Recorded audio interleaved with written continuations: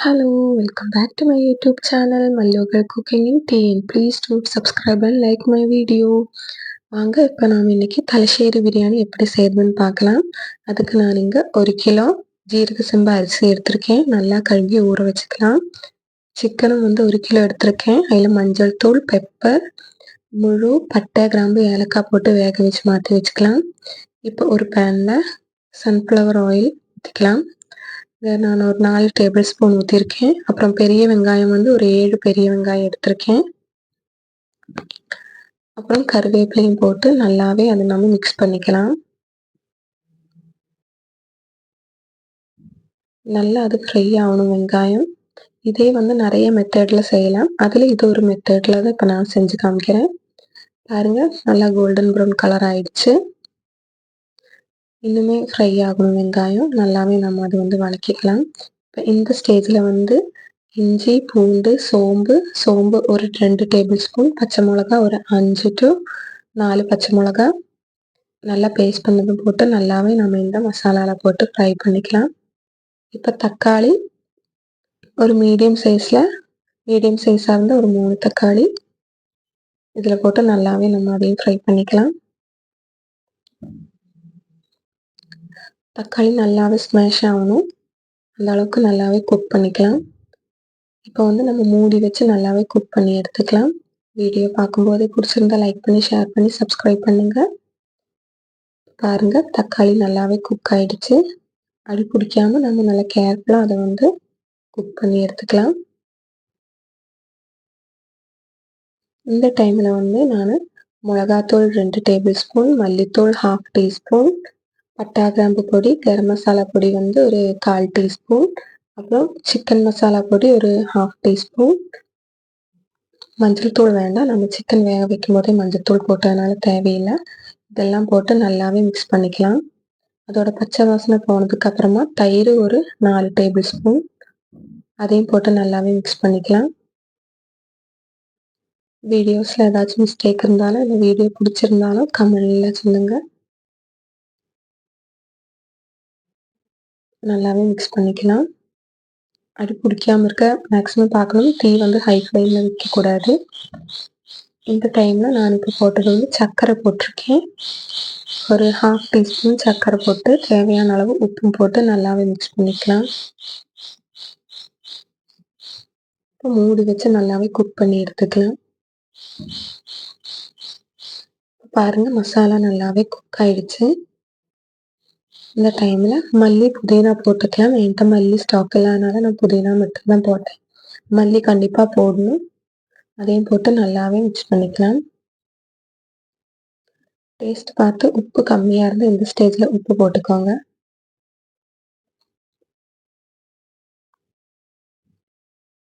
தீ வந்து லோ ஃப்ளேமில் தான் வைக்கணும், ஹை ஃப்ளேமில் வைக்கக்கூடாது. இந்த ஸ்டேஜில் வந்து நம்ம வேக வச்சு சிக்கன் போட்டுக்கலாம்.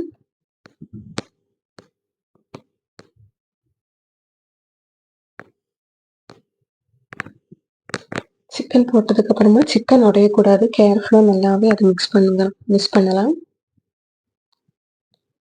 இப்போ வந்து நான் எலுமிச்சம்பழம் ஜூஸ் ஊற்றிருக்கேன். 2 டேபிள் ஸ்பூன் ஊற்றிருக்கேன். நல்லாவே மிக்ஸ் பண்ணிக்கலாம்.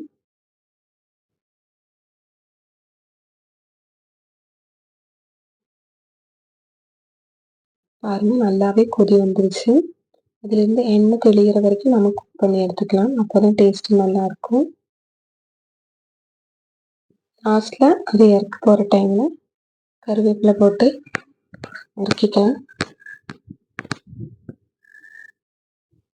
நான் இங்கே கொஞ்சம் நெய்யும் அதில் யூஸ் பண்ணியிருக்கேன். நெய்யும் ஊற்றி ஒரு இலக்கிட்டு அப்படி மூடி வச்சிடலாம்.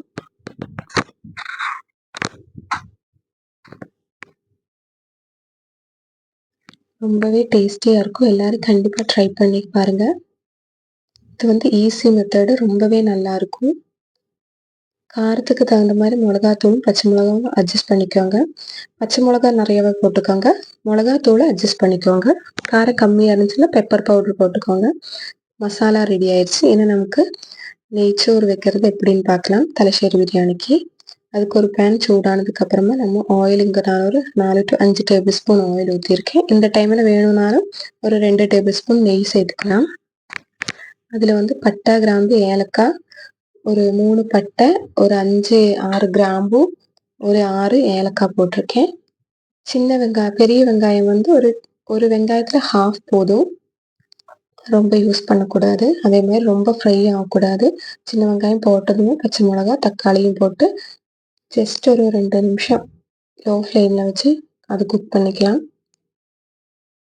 அது கூட வந்து இஞ்சி, பூண்டு 2மே சேர்த்து 1 டேபிள் ஸ்பூன் தான் நான் இங்கே யூஸ் பண்ணியிருக்கேன். நெய்ச்சோறுக்கு ரொம்ப இஞ்சி பூண்டு போட தேவையில்லை. அதுவும் லைட்டாக கொஞ்சம் குக் பண்ணதுக்கப்புறமா நான் இங்கே கேரட் போட்டிருக்கேன். கேரட் வேணும்னா போட்டால் போதும். அது கலருக்காகத்தான் நான் இங்கே போட்டிருக்கேன்.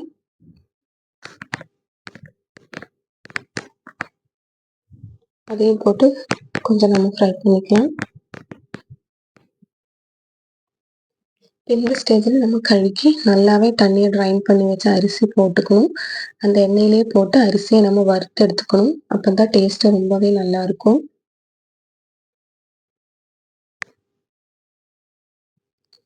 அரிசி பாருங்கள், நம்ம லோ ஃப்ளேமில் தீ வச்சுக்கணும், இல்லாட்டி சீக்கிரமாகவே அடி பிடிச்சிரும். இந்த மாதிரி நல்லாவே அடியிலிருந்து நல்லா இலக்கி கொடுக்கணும்.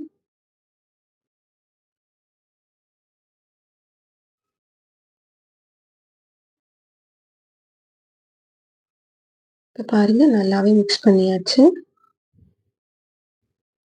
இந்த டைமில் வந்து 1 கப் அரிசிக்கு 1½ கப்பு தண்ணி தான் நான் இங்கே எடுத்திருக்கேன். இங்கே 1 கிலோ அரிசினாலும் ஒரு பாத்திரத்தில் அளந்துக்கோங்க. 1 கப் அரிசிக்கு 1½ கப்பு தண்ணி ஊற்றி நல்லாவே நம்ம வந்து இலக்கிக்கலாம். இந்த தண்ணியை வந்து நீங்கள் கொதிக்க வச்சு அளந்து கொதிக்க வச்சிங்கன்னா நமக்கு ஈஸியாகவே அது சீக்கிரமே குக் ஆயிரும். கொதி வந்துடும் அரிசி. நல்லாவே அடியிலேருந்து நல்லா மிக்ஸ் பண்ணி உப்பு போட்டுக்கலாம்.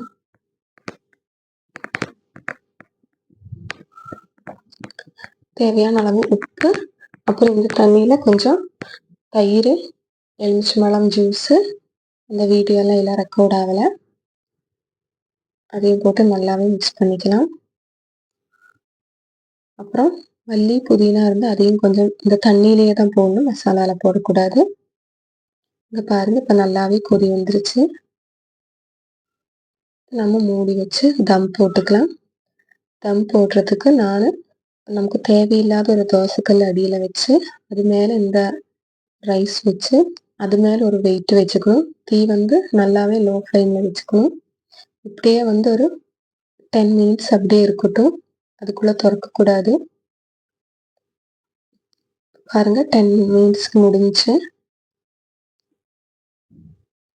இப்போ வந்து நம்ம திறந்து பார்த்துக்கலாம். சோறு பாருங்கள், நல்லாவே வெந்துருச்சு. இப்போ வந்து நம்ம அதை நல்லாவே மிக்ஸ் பண்ணி எடுத்துக்கலாம். இது நல்லாவே மிக்ஸ் பண்ணதுக்கப்புறம் மேலே நம்ம ஒரு டேபிள் ஸ்பூன் நெய் ஊற்றிக்கலாம். ரொம்பவே டேஸ்டியாக இருக்கும். கண்டிப்பாக ட்ரை பண்ணி பாருங்கள்.